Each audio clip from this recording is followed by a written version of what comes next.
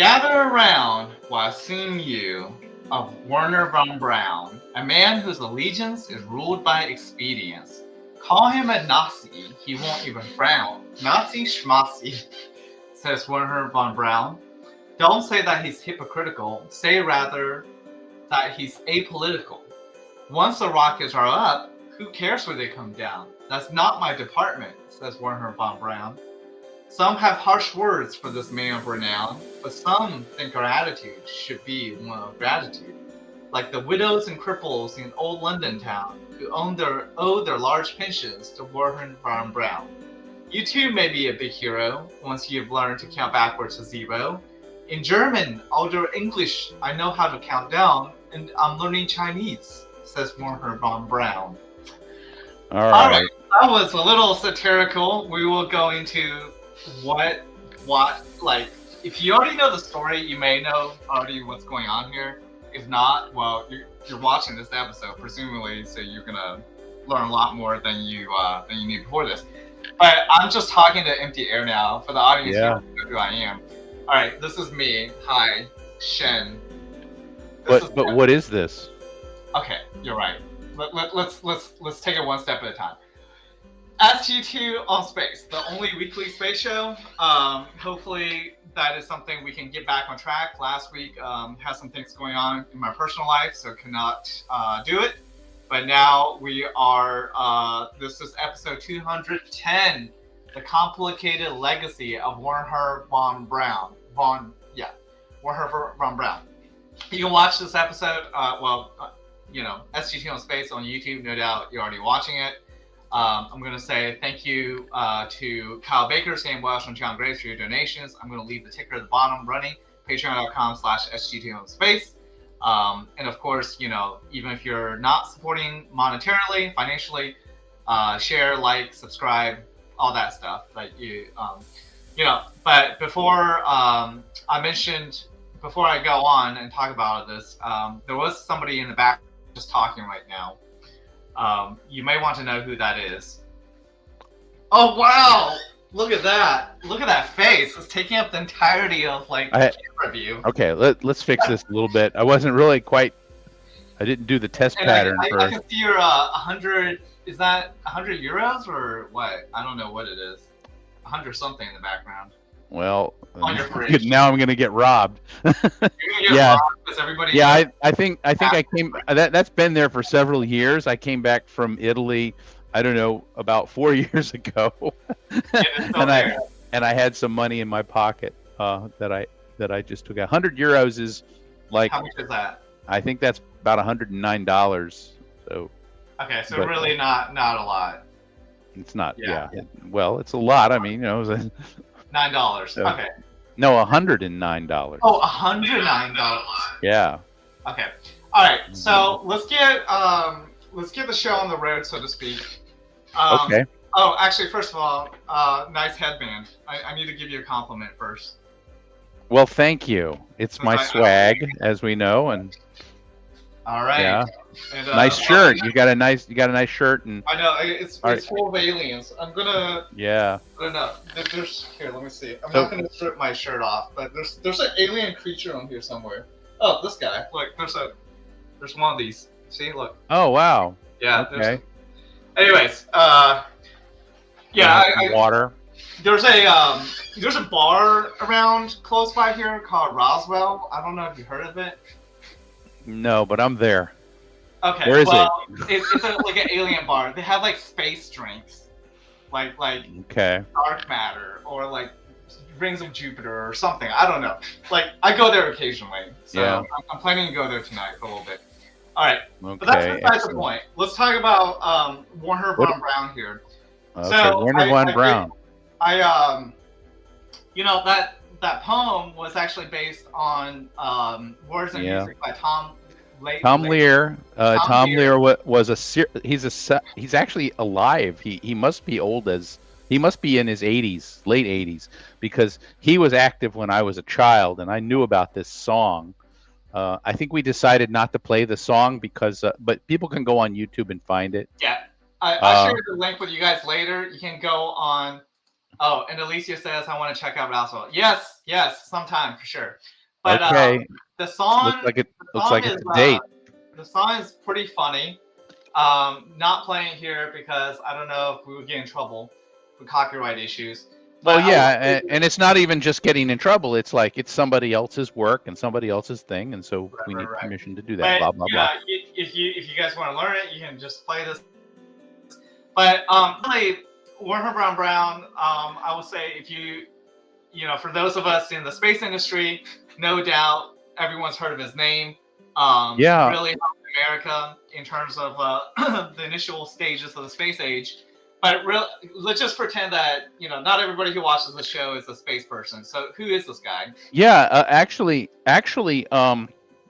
what I've discovered is, you know, when I talk to people, some people, I'm kind of surprised that a lot of people don't know who he is. I was talking to some people the other day, and you know, and I said, well, you know, I have this podcast. And, you know, what are you going to do your podcast? And, Werner von Braun. Who's that? You know, so Werner von Braun, he was a German and then naturalized American citizen who was. I don't think I'm exaggerating to say that he was the greatest rocket engineer, rocket physicist that has ever certainly in the 20th century. He was a very important person, very influential and charismatic promoter and developer and engineer of the rocket of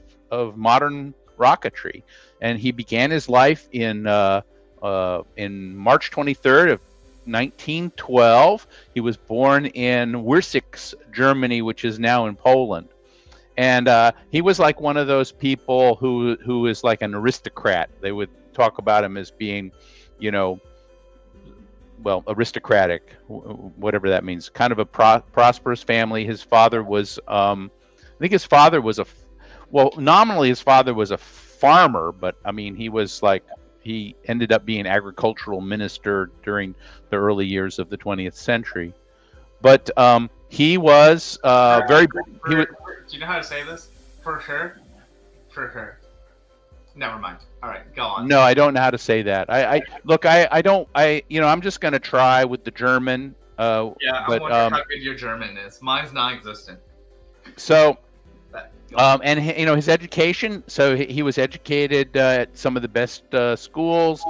He probably was a little bit ADD because his grades kind of fell off at a certain point, and he would go from one thing to another. When he became very interested in rocketry early on. I read a story that he and his two brothers, actually his one brother. They went and they bought some fireworks, and they strapped them to a wagon, and then you know what kids do, and they ended up getting arrested, and then their father came and got them, and he told them, don't ever do that again, and well, you know, so that's how that worked. But anyway, he got very interested in it. He saw, I think there at the time in the 20s, there was a movie that was directed by a famous director named Fritz Lang that some people have heard of, and it was called The Woman in the Moon, or in German, I'm going to try, okay, Frau in der Mond.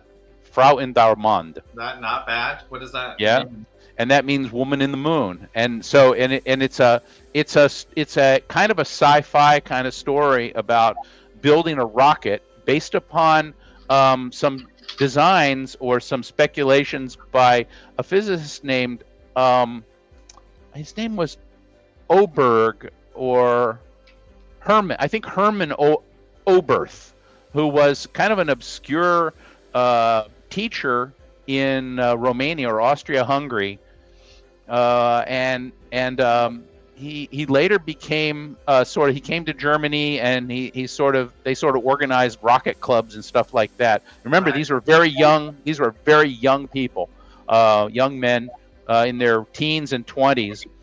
And so the movie was based upon some of the designs of Oberth.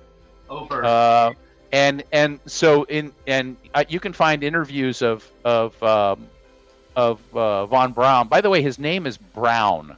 The way I hear him pronouncing his own name on videos is Werner von Braun. He would say it that way because it's pronounced all different ways. But anyway, Oberth wrote this book, and von Braun got the book, and you can hear him saying, he opened up the book, and he was very excited about this idea of building a rocket, going to the moon even, and but it was full of mathematics, and he wasn't up for that, right? So he was very distressed. I think I could quote him as saying, "I was very distressed by this," and so he went to his teachers to find out how he could learn mathematics to understand what the equations were in this book, and they were also influenced by Tsiolkovsky, who was a Russian physicist from like 25 or 30 years earlier, who invented the rocket equation. So there's all that legacy there. He went to Oberth was kind of promoting rocketry sort of as a hobby, or sort of as a as an advocation. Germany had lost World War I, and so there were these treaties that kept them from building certain kinds of weapons. Mm-hmm. And so as it happened, von Braun, he went to Technical Institute, and he got a BS degree in mechanical engineering. That's right. Let me share this. And that was and a PhD in physics. Later, he got a PhD, and the story about him getting the PhD is interesting because this was when he was about 20. He got he finished his I think he finished his undergraduate in 1932 when he was only about 20 or 21, and he was working with Oberth to try to promote it, and it ended up he was kind of talented at sort of promoting things, doing the things you need to do to get money. He would go to businesses and explain this kind of thing to them, and so they just gave him money to go away, But they started doing experiments with liquid-fueled rockets using, I guess, liquid oxygen. He knew about the American work by Robert Goddard, who kind of invented the sort of. Robert Goddard really in the United States, he developed really the first liquid-fueled rocket with a nozzle, the kind of nozzle that we're used to looking at today.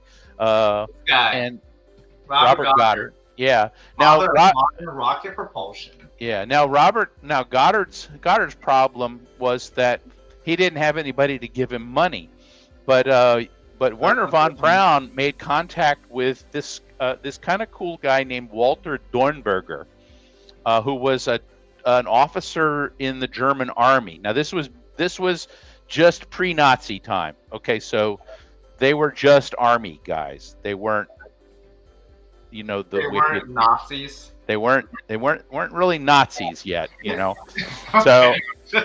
So Dornberger also had some kind of STEM kind of degree. Maybe it was aeronautic engineering of some, and so he kind of took von Braun under his wing in the army, and was able to get him money, and they wanted him to do his PhD on some liquid propellant rocketry, and so he finished his PhD in 1934 when he was, I think, 22.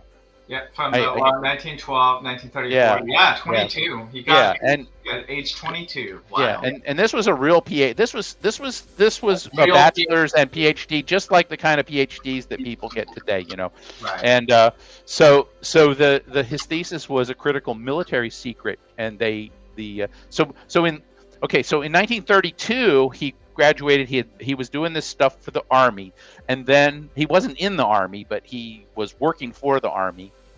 And then the Nazis were elected, and kind of, and also the depression, and people didn't have a lot of work and that kind of thing, and so the Germans, the Germans kind of got interested, and so he started working, try to promote or selling his work to the Nazi Party, unfortunately. So yeah, I mean, yeah.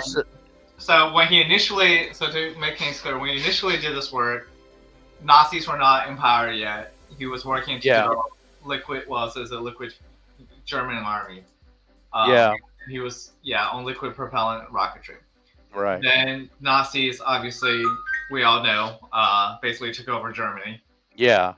They were continued his work since they were Nazis. Power, and they had money, and he wanted to keep doing his research, I guess. Yeah, and so this, and I think during the 30s they continued to work on it, and he was very young. I mean, it's astonishing to me that they were giving him what was equivalent to maybe $5 million today. Hey, I want to test anybody. Hey, anybody in the audience, this is a fun test for you. Which one of these guys looks like Werner von Braun? Age 22, right? At that time, around. Okay, obviously not this guy. Yeah. Do you know, Leonard? Well, my eyesight is a little bit... All right, it's him. It's this person. That's him. Okay. Yep, that's this has to be earlier than that, I think. But this is 1930s. 1930s. So Germany at that point was leading the forefront in the world on liquid rocket development. I mean, nobody else was working on this, right? And the reason the army was so interested in it was that they had this idea that it could be like advanced artillery. They had some restrictions on the size of the guns that they could make, but the surrender treaty, or the treaty with the rest of the world about surrendering because of World War I, restricted the size of certain kinds of guns, but it didn't seem to mention, or at least this is the story that I've heard, is that it didn't mention anything about rocketry. So you could so they could use rockets. Build it as big as you want. You can build gigantic rockets. Yeah. Because when they signed the treaty at the end of World War I, these things didn't exist, right? It was like just theoretical. Yeah, not really. I mean, at the time of World War I, this really got started in the 20s, when people were interested in, and a lot of it's enabled by the ability to liquefy oxygen, because you want to use liquid oxygen. To use liquid fuel, you need an oxidizer, and so there are some kinds of what they call hypergolic, like those kind of things. We can dive more into this, but this episode is about von Braun, so let's continue with his life. What's going on? Yeah. So they started on a program, and they had, I forgot what the name of it. Well, they called it the V2 later. He started calling it was the A program. An A stands for something, but I forgot what it was. But anyway, he had an A1 and an A2, and some of them were just models. They got and all kinds of problems that they had to solve, like propulsion, mixing of the fuels, and their biggest problem really was guidance.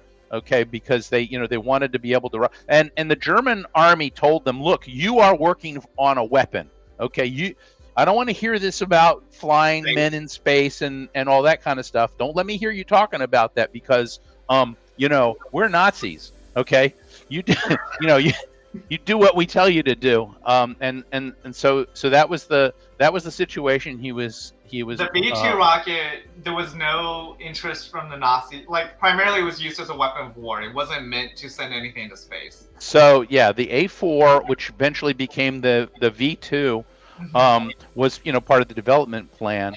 Von Braun was it seems like he was very meticulous and very careful in his science and making sure, and his science and engineering. And then they had about 500 people working on it. Oh, and it's important.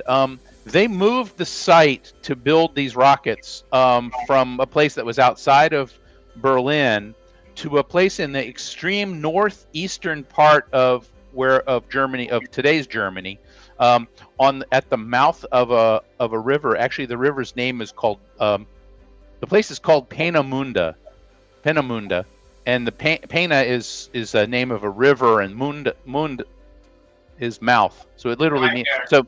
It's such a mouthful. Peenemünde. Peenemünde, and that was a base that they built to develop and then they later moved it to another underground facility. Yeah, that's coming. Okay.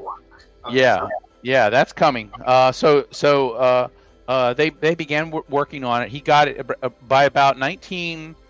I think by about he had many failures with this. The Army was getting nervous, getting kind of annoyed with him.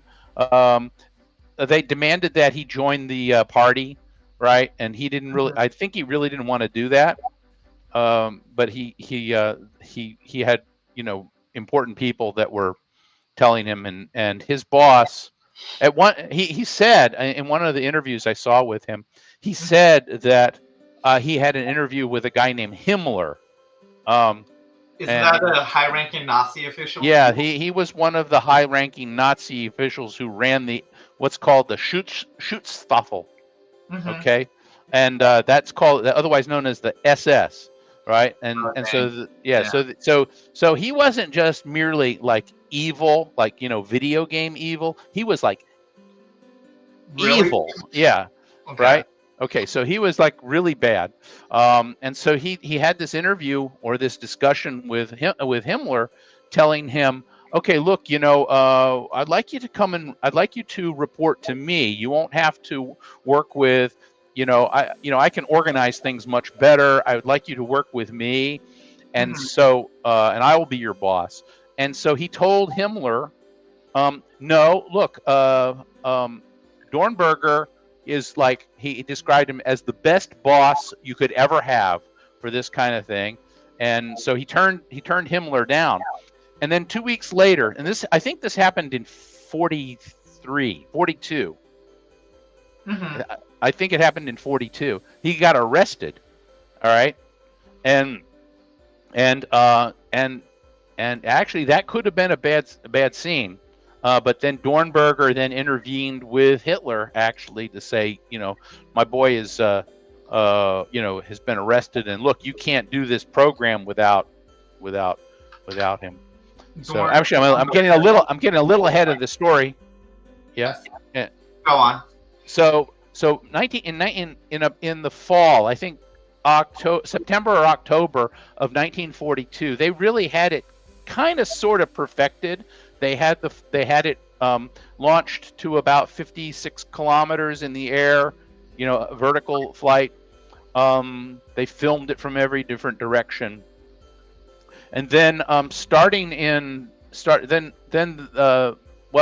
turned out that the SS did take over, and by the middle they continued work on all through 1943, and then by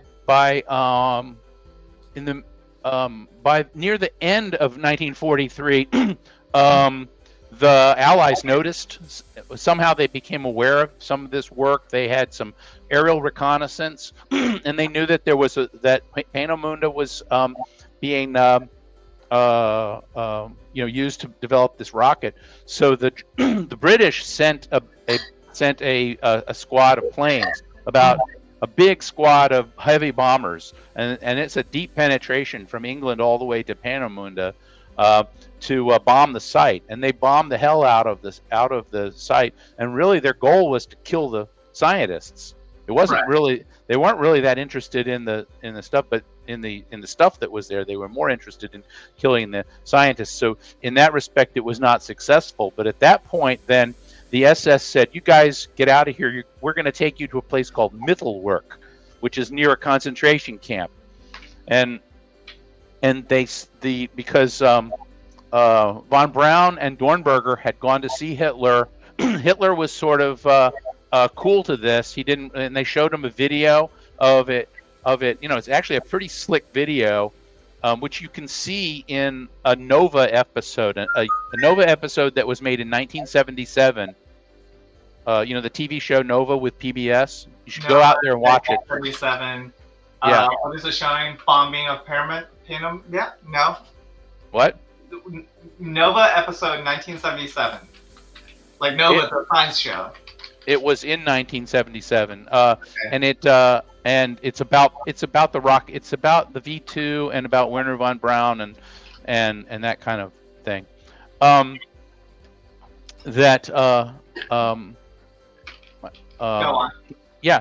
So you can see the video, and the reason I cite it there is that I couldn't find it anywhere else. They just have a very grainy view of this video that was shown to Hitler, and Werner von Braun said that he narrated because Werner von Braun is in the show. Mm-hmm. I mean, he was alive, and you know, at that time, discussing his history there. So they had this rocket 43. They got bombed. The SS, the Schutzstaffel, took over and moved them there to and started getting slaves to work on it. And von Braun said he wasn't up for that, you know. And the quality of the rockets was not very good because you don't really have a motivated crew of people. But so they started building it. Hitler was impressed with the video and said, "I want 30,000 of these built, and I don't care who you kill to do it." So it was a bad scene. Mittelwerk and near the I think the concentration camp was called Buchenwald. Yeah, which is Mutterwald. Okay, Leonard, I'm gonna I'm gonna have to say, can we split this current episode into two? Okay. So because we'll get because we have to talk about the Germans, what happens to them after that bombing. Yeah, exactly. I mean, there's a lot to cover here. I'm trying to make sure these episodes don't become like hour-long episodes when it's only supposed to be half an hour. So okay. Let's finish up let's talk about. Okay, so he goes to Mittelwerk. Mittelwerk. Wow, Mittelwerk. Mouthful. Okay. Yeah. We got a few more minutes, so continue, Leonard. Okay. So Mittelwerk. So anyway, by 1943, so they started sending they started launching rockets into Paris, and then London, and so up about, I think that a total of 3,000, and they called them V2 rockets at this time. About 3,000 of those were launched. It was not really a very effective weapon, as you might imagine, because it wasn't very accurate. It would hit a target within they could project a target within a few kilometers of where it was going to land. So really, it was basically a terror weapon. Because they just spread destruction. It wasn't really used to be like targeted towards a specific. Yeah. The really scary thing about it was that it was a spaceship. It went into space and it came back down at supersonic speed, so people could be just walking around or going to work, and then boom, they're dead. It would just explode because you wouldn't hear it. So that was what was going on there. So the war had gone against Germany. Started to go against Germany. All of the damage from a V2 rocket attacks in 1945 in London. Yeah, and in fact, that particular picture I know something about. I can tell you about that picture later. Oh, really? Like what? Well, after von Braun was captured, he was trying to keep away from the French and the British because he knew the British would not be very happy with him. He wanted to be in the Americans' hands. It's really getting ahead of the story a little bit, but he was in Britain for a while, and the British driver, the sergeant that was driving him someplace, stopped in front of this building for a few minutes to show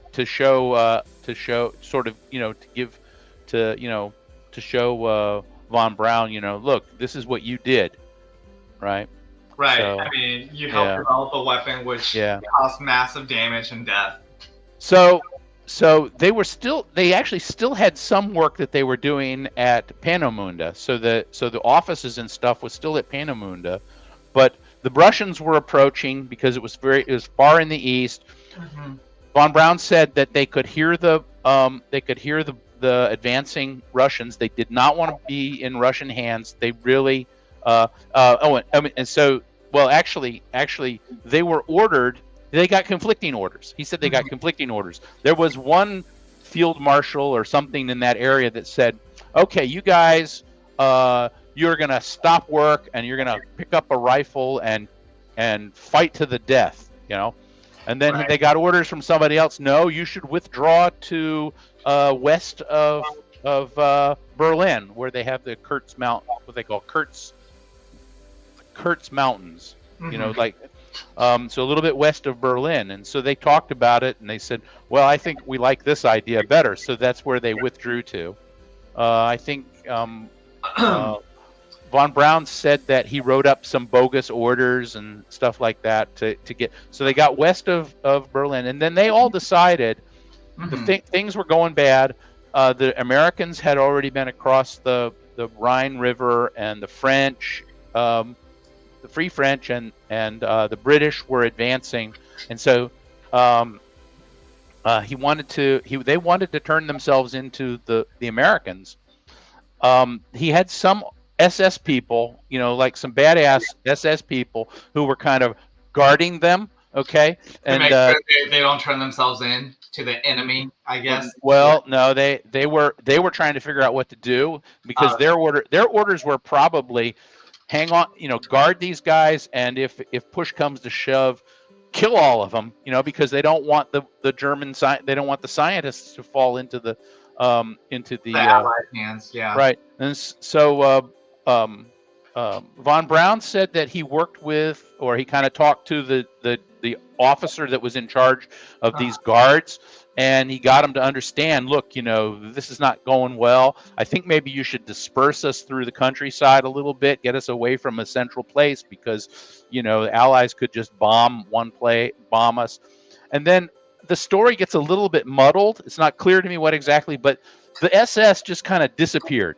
Okay. So I think they knew what was going on. Von Braun, then they got the news Hitler was dead. Okay, they heard that on the radio. Hitler was dead, and then a few days later, they heard that or a week later, they heard there was an armistice. Okay, so there's no more fighting anymore. So they can kind of, and they had stationed themselves in a town called Oberach, which I found on Google Maps. It's a ski resort, and it's in the Alps. It's in the Bavarian Alps. That's south of Munich. Very close to Austria, and it looks like a really nice place. So that's where they surrendered. What they did was they had heard that the French were nearby, but then they said, "Oh, the Americans are nearby." It's not quite clear what happened, but Von Braun's brother, they decided he speaks English the best, so he took off on a bicycle. And he walked down. He found Americans. Nobody was killing anybody at this point. Okay, so that was all. They were all done with that. And the Americans said, he said, "Oh, I've got my brother is the V2 inventor," and so they were very pleased to capture. Which one's Von Braun here? And actually, it tells you. I think the one with the broken arm, yeah. Yep, so, and these other guys, I think, are Americans or something. And senators here, surrender U.S. Army in Riet, Bavaria, May 2nd, 1945. Picture from the left. And U.S. intelligence, Charles Stewart, then Herbert Axter. Oh, this is German guy. Dieter Husel, assistant to Von Braun, and then Von Braun himself, and then his younger brother. I guess that's the younger brother. His younger brother. Magnus von Braun. Magnus, yeah. Von Braun. And then lastly, the engineer Hans Lindenberg. Right. When he was leaving, you know, I found an article that he wrote in about 1946 or 47 in a It was like a pamphlet or a magazine article, and he describes this situation. You know, how he broke his arm. That was when they were evacuating to the Hartz Mountain. They were doing it in the dark and driving without headlights, and his driver had Why a were pretty they driving severe... without headlights? Never do that, guys. Yeah, well, unless there are enemy planes that could be spotting you and strafing your vehicle. Okay. In that case, if you don't want to, yeah. So it's famous how he broke his arm, and there were complications and that kind of thing. Yeah. So we're out of time. We're out of time for now because his life is long, and this is just like trying to summarize 25 years of his life in 40 minutes, you know. But we're gonna continue with his life next time because he was instrumental in getting us to the moon. Perfect. So let's do that next. The moon's a big topic. So and obviously, okay. So what have we been listening to? SG2. What have we been? We've been listening to Leonard talk. And me interjecting comments. What else? But really, you've been watching SG2 on space. This was 210, The Complicated Legacy of Werher von Braun. We thought we could cover this in one episode, but it looks like we're going to break it into two. Leonard is just too long-winded and Leonard, I'm too not disorganized. There's, if you discuss history, especially, if you dive into any detail, no doubt you're going to have to talk for a while. Well, like I said, I found out a lot of interesting things about him. He left his girlfriend behind. He was worried about her, and he finally, her name was Maria, and but anyway. There's going to be more. So there's with that more. Said, you've been listening to or watching SG2 Space Only Weekly Space Show. Make sure you like, subscribe, share, all that fun stuff. Thank you for everyone for watching, and thank you Kyle Baker, Sam Welsh, John Graves for your kindly donations. We will be back. Let's see, will we be here next week? We may not be around next week. I'm going to be out of town for a little bit. But regardless, our next episode, we will continue and talk about the rest of his life, which is going to be a lot. So, in any case, to our viewers, 10,000 years in the future. Yeah. You already know all of this stuff. You probably already know all this. But you know what? To us, Werner von Braun's in the past. To you guys, we're like in the ancient past. But yeah, so it all happened all at once, exactly. Kind of like. So, but to you guys, I mean, just to clear it up, von Braun does not live in the same time frame as us. That's right. Yes. So, all right, but good point. Okay, take care, everyone. I do my thing where I say namaste. Namaste. And then Leonard's gonna blow his kiss, possibly. Oh. All right. So, good night. Take care, everybody. Good night. Thank you. Look up because you never know what you will see. That's right. See you all next time. Yeah. Bye. Bye. Good night.